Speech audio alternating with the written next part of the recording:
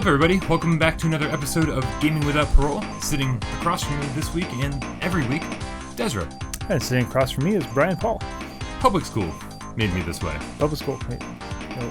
Yeah. I'm a victim of all casualties. I'm just throwing words out there now. Okay. Words. Words are fun. Not my friend. No. Des, what are we going to talk about this week? Today we're talking about one of the most notorious genres of video game, launch titles. That's my favorite genre of game. Then you are wrong, sir. No.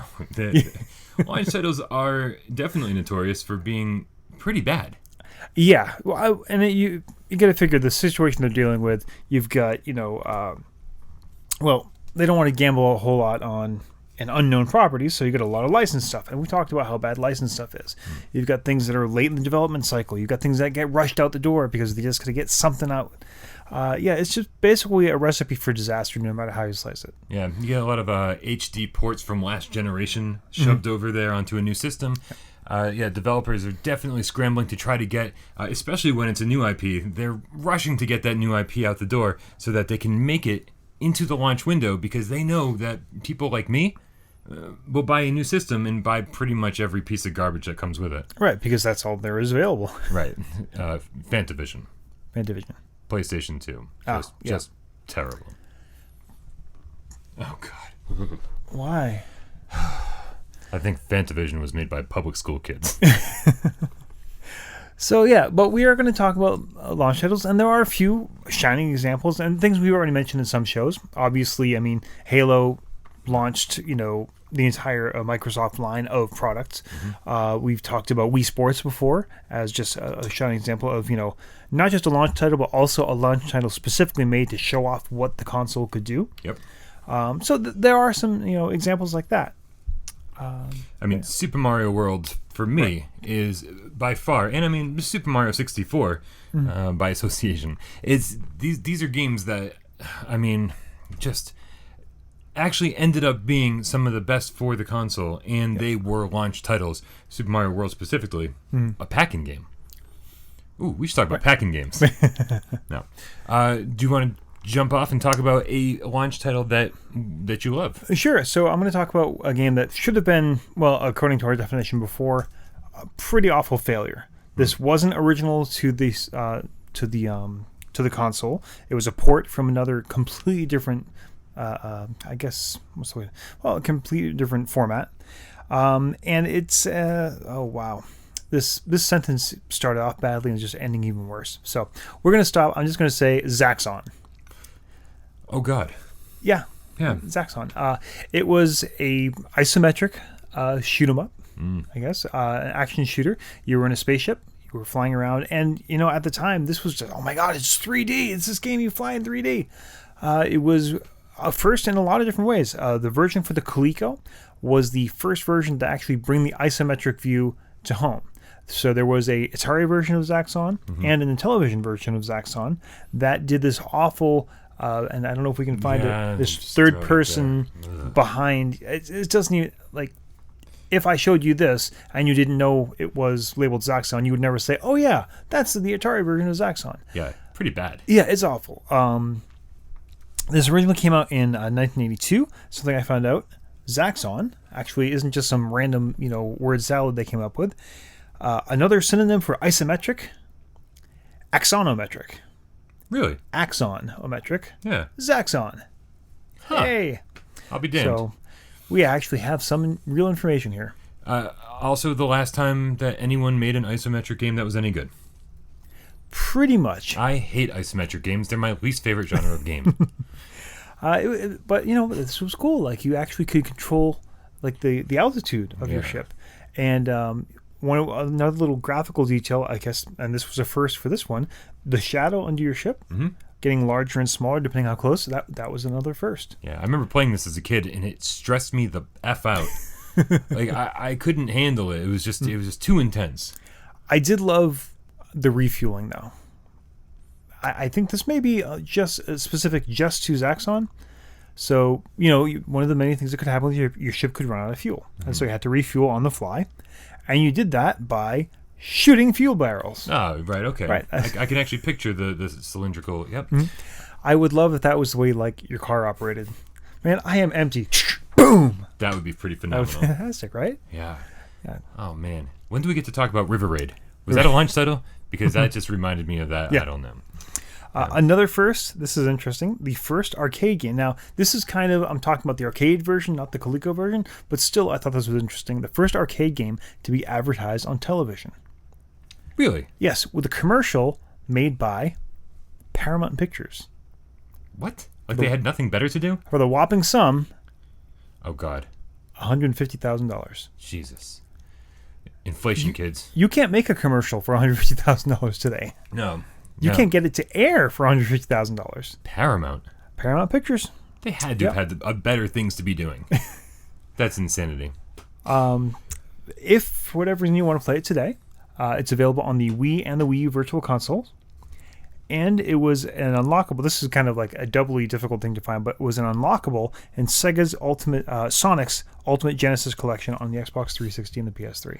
I gotta say, that is the greatest compilation of games ever made. It's phenomenal. Yeah. It is. It really is phenomenal. God, there's so much to unlock. I didn't even know Zaxxon was on it. I have that game. Yep. And just to add this to the list, and now we've mentioned this so many times, I need to go see this. This as well was added to the Art of Video Games exhibit at the Smithsonian. We're taking a field trip. Seriously. Yeah. This is probably like the 6th or 7th title we mentioned that is in this exhibit. It's like every single episode, you're like, hey, there's more stuff over there we need to check out. So Zaxxon, this was like one of the foundational games for my gaming upbringing on the ColecoVision. Super thumbs up. Yeah. Really tough, though.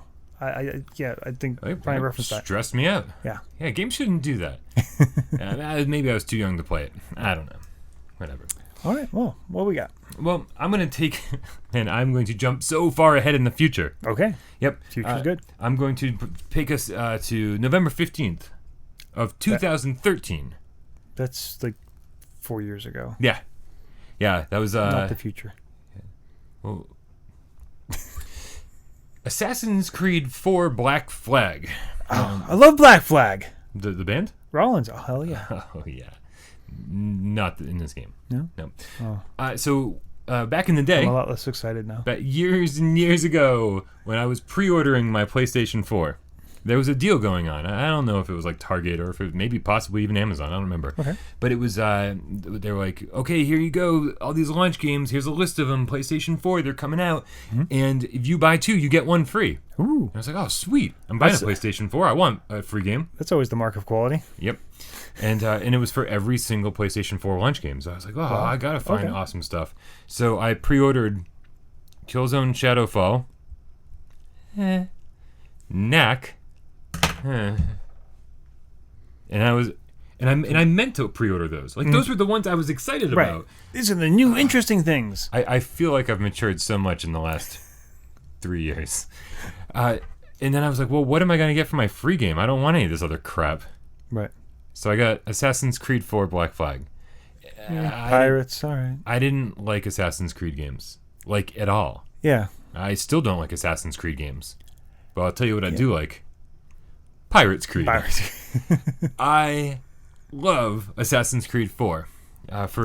It was such a huge departure for the series because you start off and you're on foot and you're exploring the world, whatever the island you're on, and it's very, very Assassin's Creed like. And I was not happy at the beginning because I did the typical thing that you do in Assassin's Creed. And you start running and then accidentally run up a wall. And you're like, wait, I didn't mean to do that. I just wanted to run down that path. Everything is made of Velcro everywhere. Exactly. And I was like, oh, this is going to be miserable. Yeah. And then moments later, I got on a pirate ship that I was seamlessly, without any loading screen or anything, I was just controlling. And it felt so good. Oh, yeah. I was singing sea shanties and drinking grog. That's a thing, right? That's the thing. Yeah, Monkey Island was the best. Yeah. And, so let's see. Let's figure this all out. There was 3 different parts of playing. There was the running around doing Assassin's Creed stuff that nobody likes, except for every single person watching this. Everyone else. I'm definitely in the minority. And then there's the exploration part, which you take your pirate ship, the Jackdaw. Jackdaw? Yeah. Why wouldn't you?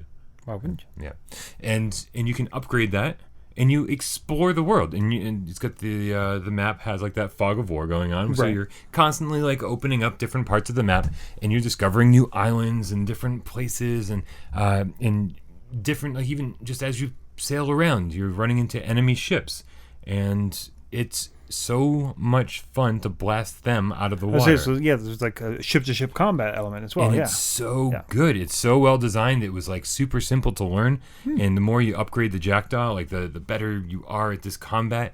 And there's these legendary ships that are in the water, so like you kind of stumble into them. Like I don't know if there's actually a way to find them like for real, but I stumbled upon all of them, and so like they're like the bosses of the game. And, oh my god, so difficult. Like these big, long, intense. Just what a game.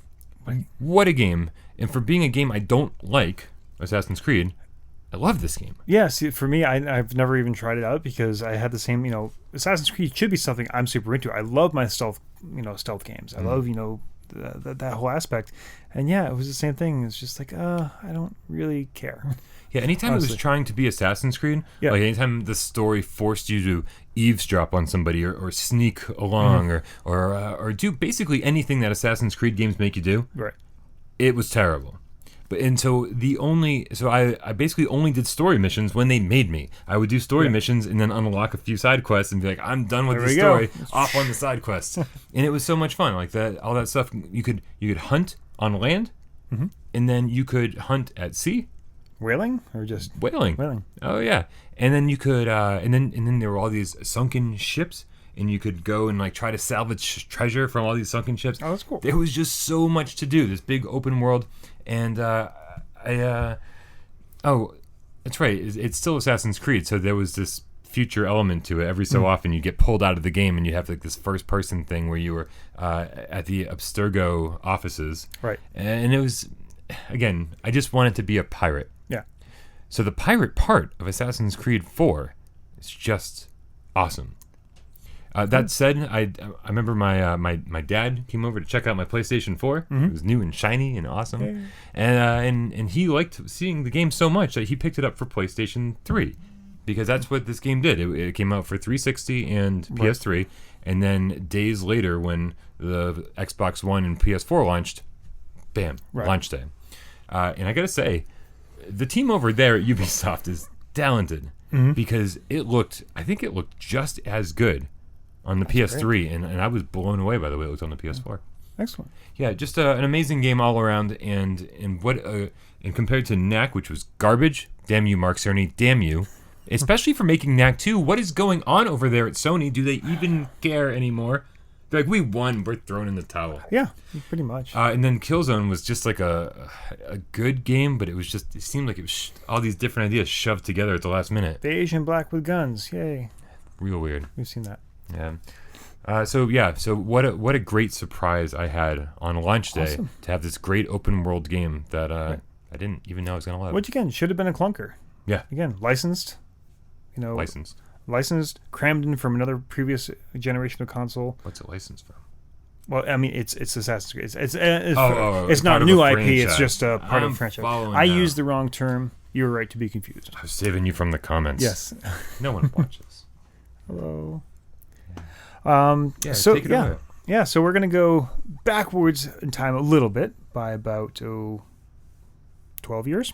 Okay. 2001. Rogue Squadron 2. Rogue Leader. Oh God. For the GameCube. Nice.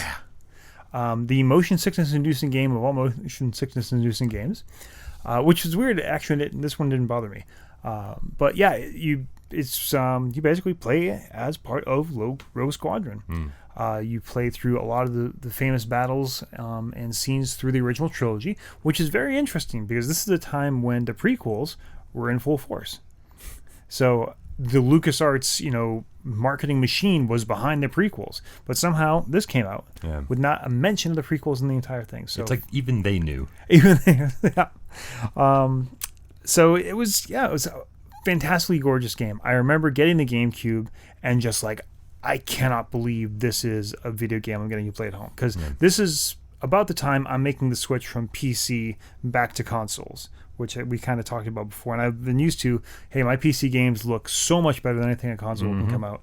And then there was this, which is just like, wow, this is...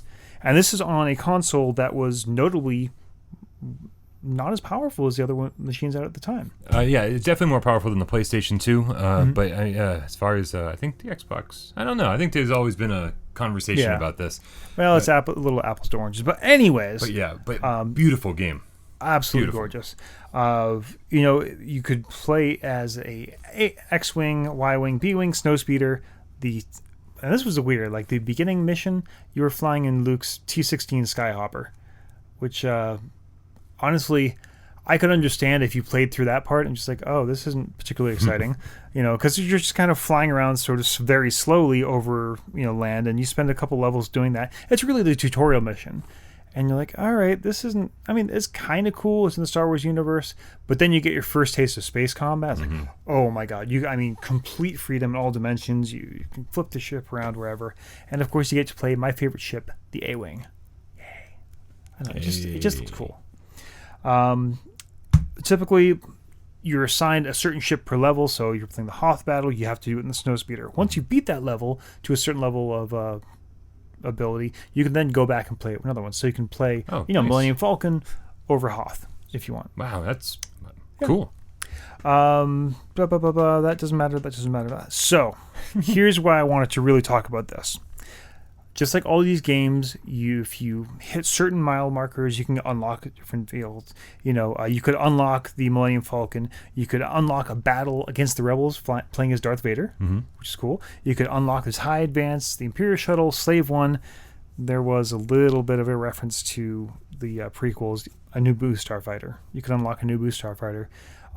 But this is something I did not know about until I was researching this, something that literally as soon as we are done recording this, I'm going to go home, I'm going to fire up my GameCube, I'm going to make this happen. Password only. You cannot achieve this. You can unlock a 1969 Buick Electra 225. The exact model and make owned by sound designer at LucasArts, Rudolf Stember. This is also known as Rudy's Buick.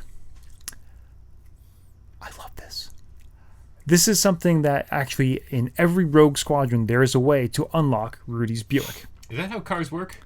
It is exactly how cars work, how they should work, and how they will always work from now on. That's phenomenal. This just awesome. You've got the little, I don't know, if the monkey bobblehead on the dashboard, and yes, the HUD turns into a dashboard of a Buick. And you're flying around just like you are in all the other ones in these gorgeous space battles with the Rebel cruisers around you, TIE fighters flying around, and you're driving a Buick. I love everything about this. I do too. What I don't love is the unfortunate fate of Factor 5. No, we don't need to talk about that. They made a layer for the PlayStation 3. 6-axis controls. Woo! Oh God. Yeah. But as a not gaming up rule, not exclusive, I will tell you how to unlock this. In the password screen, nice. You enter ! all caps ZUVIEL ! You're going to hit enter. It's going to look like it didn't work. It's going to ask you to prompt. It's going to prompt you for the password again. Then you do ! Again, all caps BENZIN ! And then you got your goddamn Buick. That's phenomenal. Yeah, so if you have this, go dust it off. If you haven't seen this, go play as a Buick through all these gorgeous battles. Launch games are awesome. This one was fantastic, and again, it was another part of a franchise. They could have been crammed in at the last minute and been a half-assed, but it's beautiful. Yeah, and Buick and hell. What watching the videos doesn't get you is how smooth the controls are. You really do feel like you are flying and controlling these vehicles. It's I think one of the best done space battle simulator, flight simulator kind of things. Yeah. Well, good on you. I'm going to take us even further back in time. Too bad LucasArts isn't making games anymore. Yeah, let's not talk about that. It's real depressing. Where's Loom 2? Alien Crush back on TurboGrafx 16. This was August 19th, 1989 by Naxit Soft. This is a pinball game. Yep, okay. I said it. Pinball game. Pinball. I don't have a lot to say about this, thank God, because, we are constantly, always running low on time. But this is the first game in the Crash series. Or Crush series. Crush. I was like Crash. Yeah. So this was like the prequel to Crash Bandicoot. Yeah. I always thought, like, I think I always got it confused. I thought in Japan some of these games were called Crash and some were called Crush. So I always get that wrong. But yeah, the first in the Crush series. So it was Alien Crush, and which we're talking about now. And then the sequel to that, also on TurboGrafx 16, was Devil Crush, which took a whole satanic approach to pinball. And then there was Jackie Crush on Super Famicom, which took a whole Japanese spiritual weird. I was really hoping it would be demons and Jackie stuff. Chan. No, Jackie Chan pinball. And then what I learned today is that there's actually Alien Crush Returns on the Virtual Console. Yeah, okay. I don't know. I don't think that was probably any good. But this one is interesting because it looks like it came out of the Alien movie franchise. Okay. Despite being a pinball game, right. More like almost like an H.R. Geiger. Well, you got all those ribs and ridged things and phallic sort of phalluses. Yeah. It's awesome. And what the downside of this game, or it should be a downside, is that the screen doesn't scroll up and down because there are two playing fields. There's one on top, one on the bottom. So when the ball goes to the top of the screen, it actually blinks black for a second, and then this comes back at the top. That's a little disturbing in a pinball game. You would think so. Yeah. But for some reason, it's not disturbing at all. It's not bothersome. It takes only moments to get used to.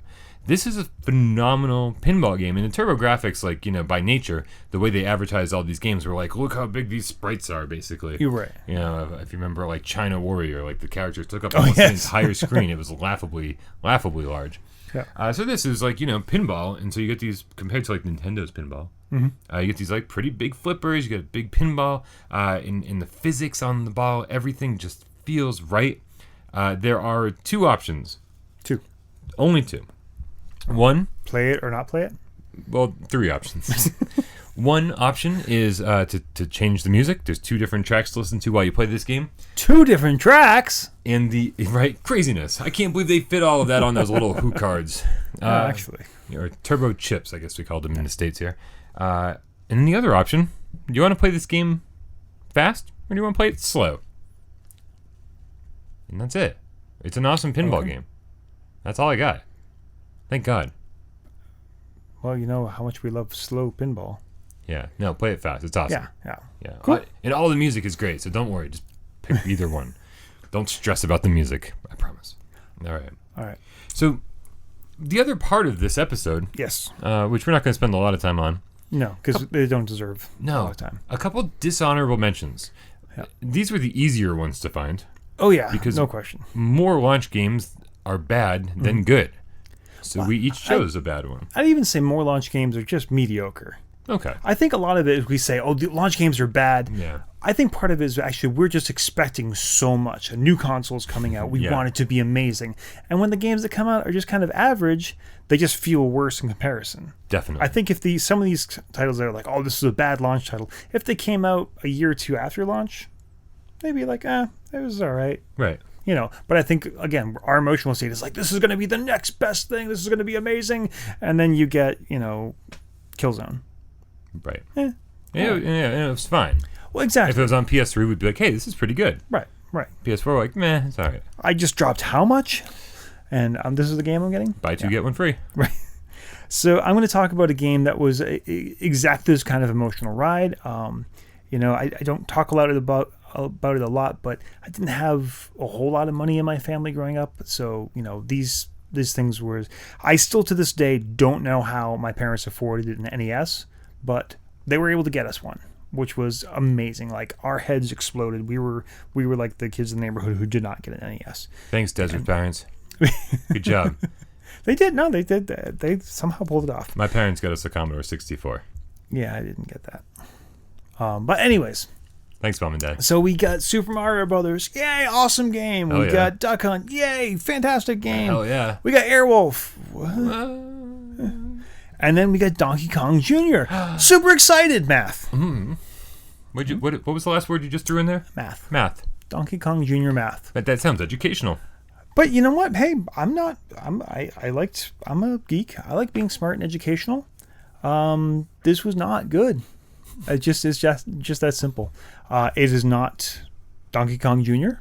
and is not particularly educational. It's just the worst of both worlds. If you haven't played or heard of this, it's, I think, universally reviled as one of the worst launch titles of all time. It was the worst selling NES launch title by a huge amount. It single-handedly sunk the educational series of games in North America. There were a few educational games released in Japan to some success, but the failure of Donkey Kong Jr. Math was so bad they just completely stopped the entire chain, the entire line in the US. If you must know about the gameplay, Donkey Kong's at the top. He's got a number. Let's say it's 16. Donkey Kong Jr. has to climb around, and they're all the vines, kind of like Donkey Kong Jr. On the vines are numbers, and then operators, and then numbers. So if you have to make 16, let's say there's a bunch of numbers on there. You climb to the 8. Then the next screen, you have to find the operator, plus or minus or multiplies. Then you have to find the next number. I'm already bored. It's not good. Really bored. And the thing is, educational games can be good. Yeah. We're in the world of Carmen Sandiego. Super Solvers. Fantastic. All the Super Solvers games are great. You know, so it's not the fact that it's educational that makes it a bad game. It's just that it's a bad game. Yeah, it's just awful. One thing that one reviewer had a really good point. Kids who were young enough to enjoy this gameplay, the math was too hard for them. And kids who were old enough to be able to handle this math, the game was too boring for them. There was no target audience. Right, yeah. It's just awful. That's too bad. No. But I'm so glad that it failed, because then we didn't get any more educational titles. Well, yeah. Right? They might have been okay. Yeah. Yeah. Yeah. Spend your money elsewhere. Yeah. My dishonorable mention goes to kind of a dishonorable console. It's so this is funny because literally 20 years to the day earlier than the first title I talked about, Assassin's Creed, the Atari Jaguar launched. Oh, that is a dishonorable console. Exactly 20 years earlier than the PlayStation 4 to the day. Yeah, real strange. I just found that out moments ago. And I will be, to be fair, if there's any Jaguar collectors out there, I'm a Jaguar collector. I love my Atari Jaguar. I love my Atari Jaguar. It is actually way more powerful than we give it credit for, and there's actually way more good games than we give it credit for. But let me tell you this about that. Trevor McFur in the Crescent Galaxy is not one of those games. I'm sorry, did you actually say real words there? Trevor McFur in the Crescent Galaxy. This is video game true or false. Are you not aware? Right, false. Trevor McFur? Yeah, this is just a horrible attempt, I guess, I don't know, to rip off Star Fox McCloud, like the you know what I'm saying here? Okay. Trevor McFur, Fox McCloud. But this is a 2D side-scrolling, oh god, I'm gonna say it, shmup. You know how much I hate that word, don't make me say it. And it's just awful. There's barely any animation. There are these 2D non-interactable backgrounds. There's just, the enemies are so bland and uninspired and repetitive, and so I wanted to get good at this game. That was my goal. Okay. Why not? Like, why not have that strange little Medal of Honor, right? There's people who hammer nails into their face for fun, sure. So this was my hammer. Okay. And I tried. I was like, I'm going to learn the patterns. Sure. Because that's what shoot 'em ups are all about. Yeah. Like learning the patterns and getting good and memorizing and like knowing exactly where to be before the enemy even shows up. Right. Oh, guess what? It's all random. There are no patterns.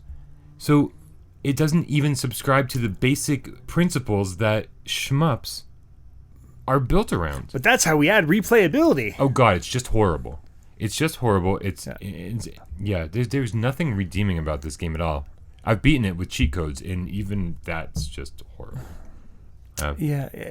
Launch titles, I mean, I think at their ideal, they should be something that's showing off the capabilities of your system, showing off that, you know what, this is a new chapter in the development of video games. Here's the best we have to offer.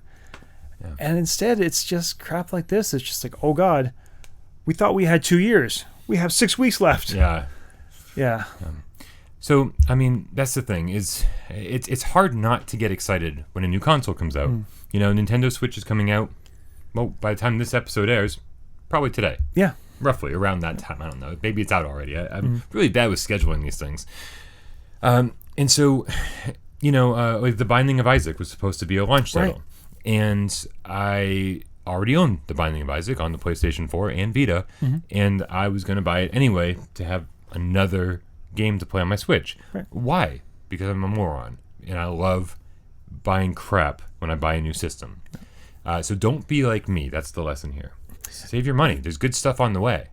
Yeah, you'd think like over all these generations of consoles, we've learned a lesson. But yeah, Binding of Isaac, which again is taken from other consoles, it's getting booted. And then World of Goo? Really, Nintendo? As we were talking about this earlier, World of Goo is a game I was playing on my Windows phone. And it's a great game. Oh, no, don't get me wrong. It's a great game. But it shouldn't be a launch title for the Switch. Especially on a Switch where, like, this is a brand new way of interacting with your games. Everything's new and awesome. Really, you're going to do a mobile game?